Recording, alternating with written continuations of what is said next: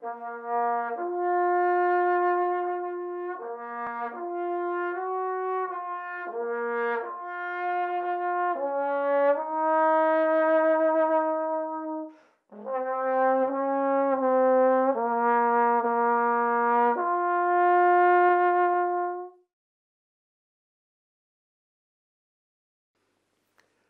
was once a king.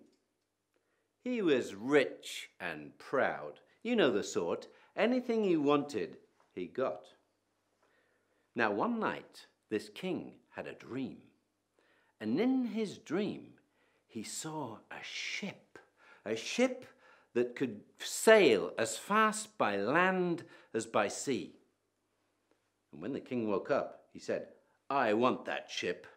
And he put out a proclamation that anyone who could build the ship that would sail as fast by land as by sea would win half the kingdom and his daughter, the princess. Now in this kingdom, there lived 3 farmers' sons. The eldest, Peter, thought he would try his luck at building the ship that could sail as fast by land as by sea. His mother packed him some sandwiches, put them in his knapsack with a bottle of beer, and Peter set off to the forest to build the ship. But on the way to the forest, he met an old man. "And where might you be going?" "I'm going to the forest to make plates for my father. He's always hungry." "Plates, is it? Then plates it shall be. And what's in your knapsack?" "Muck, that's all, just muck." "Muck, is it?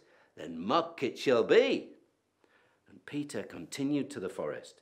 And when he got there, he began to chop wood. And he chopped and he chopped, and he made plate after plate, but he could not make the ship.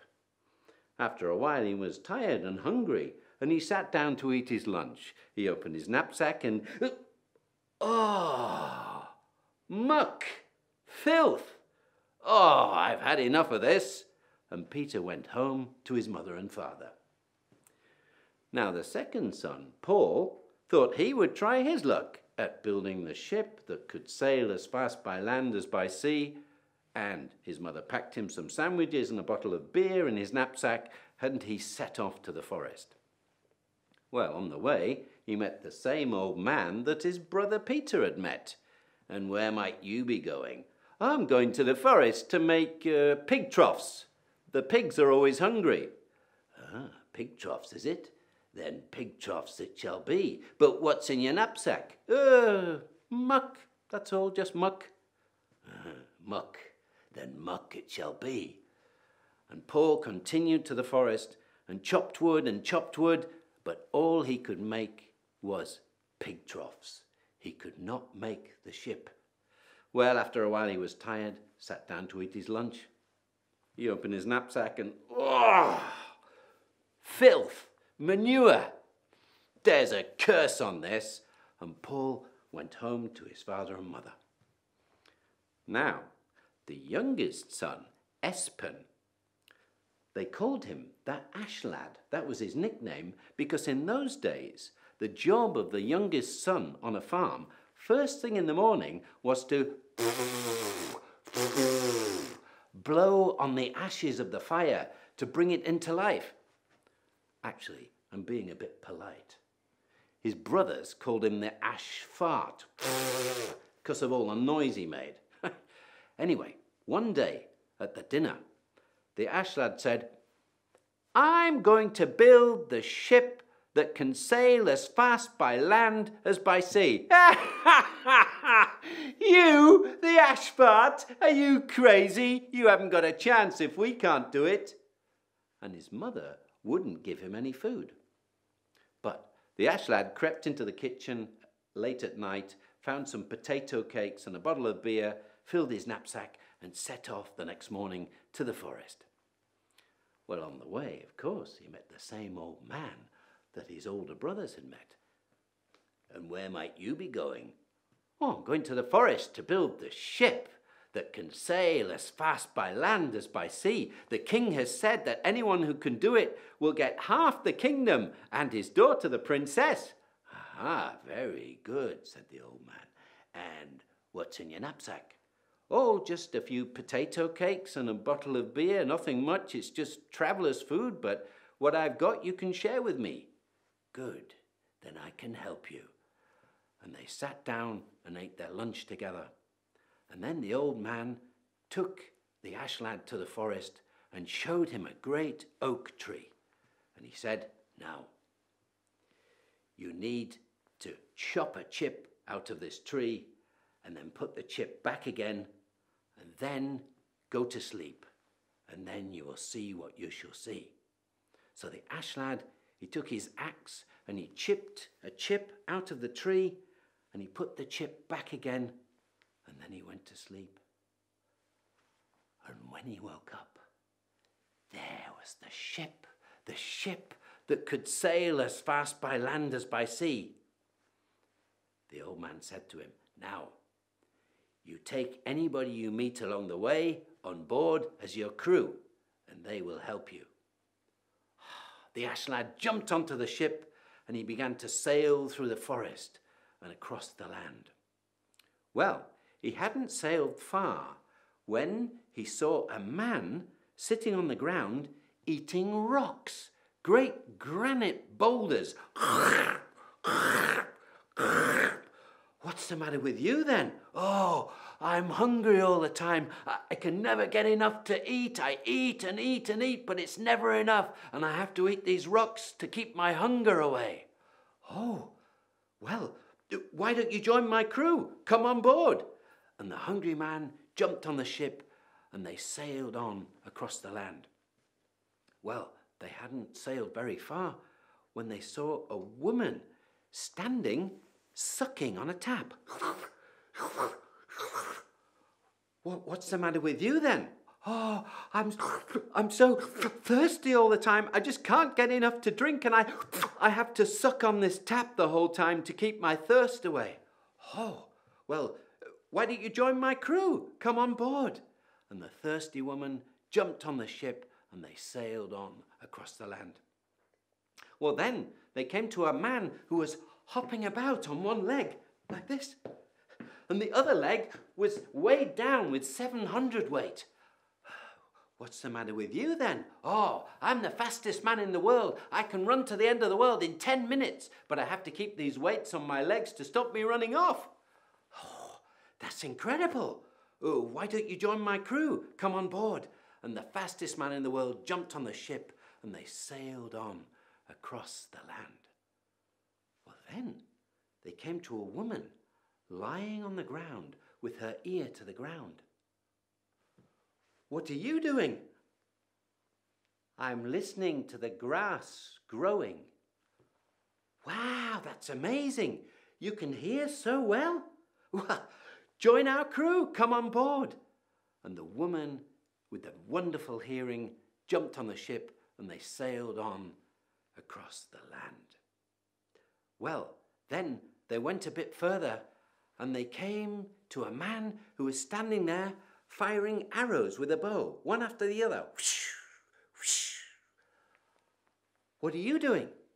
I'm firing arrows to the end of the world. Wow, you can see to the end of the world? That's amazing. Why don't you come on board, join my crew? So the man came on board and they sailed on across the land. Well, then they came to a woman standing, holding her throat. What's the matter with you then? I have 7 summers and 15 winters inside me, and I have to hold my throat to stop them from escaping, because if they escape, the whole world will freeze. Wow, that's amazing. Why don't you come and join our crew? Come on board. And the woman with the summers and winters inside her jumped onto the ship and they sailed on across the land. And they sailed and sailed until they reached the king's palace. The Ashlad jumped off the ship and ran into the palace and stood before the king. Your Majesty, outside is the ship that can sail as fast by land as by sea. The king went outside, looked at the ship, and that was exactly like the ship in his dream. He was amazed, but he took another look at this grimy, sooty farmer's boy and thought, that's no match for my daughter, the princess.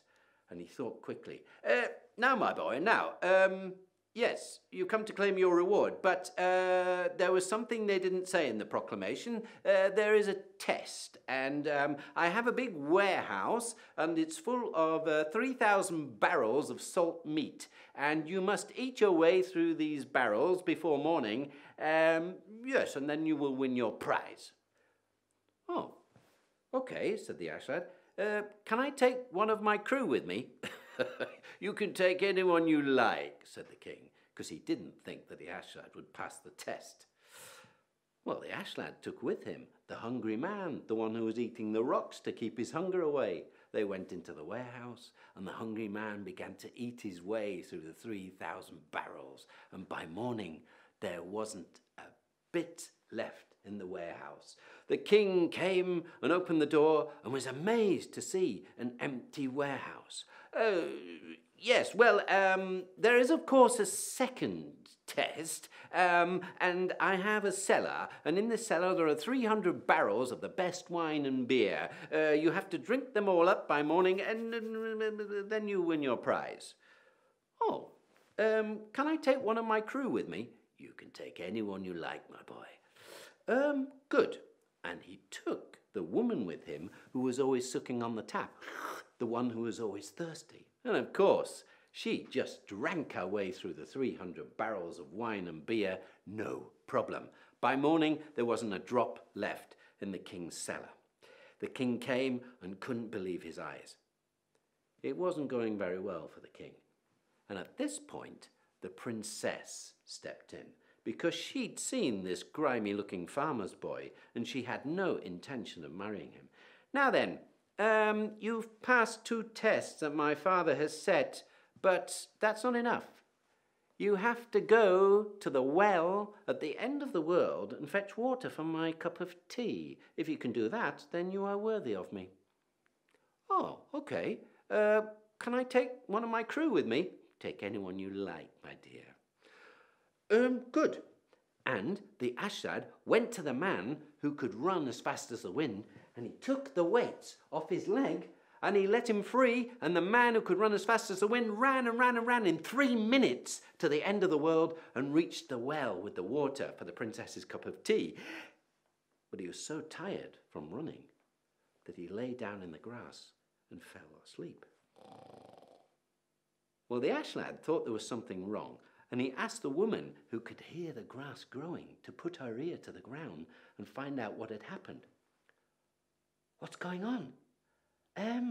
Oh, the runner has fallen asleep by the well. And there's a troll combing his hair. Now, you and I know that trolls are dangerous. The Ashlad thought quickly. He said to the man with the bow and arrow, "Quick, quick, fire!" And the man put an arrow to his bow and aimed. Poof! And the arrow hit the troll in the eye, and the troll dropped dead. The runner woke up, realized what had happened, grabbed water from the well at the end of the world, and ran like the wind back to the king's palace. And with 2 seconds to spare, the Ashlad gave the princess the water for her cup of tea. She was pretty impressed with that, but she still didn't want to marry this grimy-looking farmer's son. She thought quickly, now then, there is, of course, another test, and if you are man enough to pass this test, then you may have me. The king has a sauna, and there are 300 bundles of firewood. They will be lit, and you will go in the sauna, and if you can survive that, then you are man enough for me. Oh, okay. Can I take one of my crew with me? You can take anyone you like, my dear. Ashlad took the woman with the summers and winters inside her, and they went into the sauna. The king ordered the doors to be locked, the 300 bundles of firewood were lit, and it got hotter and hotter and hotter in the sauna, and they began to sweat, and the sweat streamed down their faces, and they thought they would die of thirst. Then the Ashlad said to the woman with the summers and winters inside her, "Quick, let out 7 winters."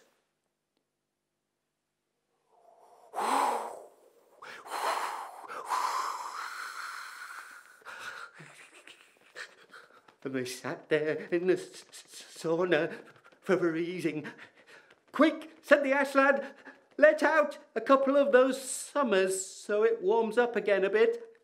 And she let out 2 summers, and it warmed up again in the sauna to a nice, comfortable temperature, just like a sauna should be, and they both fell asleep. Well, early the next morning, the king ordered the doors of the sauna to be opened, fully expecting to find the Ashlad dead on the floor. But just as they opened the doors, Ashlad woke up and said to the woman with the summers and winters, "Quick, let out 1 more winter." And the winter blasted in the king's face, and he was full of frostbite. But the princess saw this clean, muscular, wonderful, young-looking man and thought, "That's the man for me." And she grabbed him, naked as he was, and ran off with him to get married. And I was invited to the wedding. And after the wedding, there were lots of eating and drinking and fireworks. And they mistook me for one of the fireworks and set me off.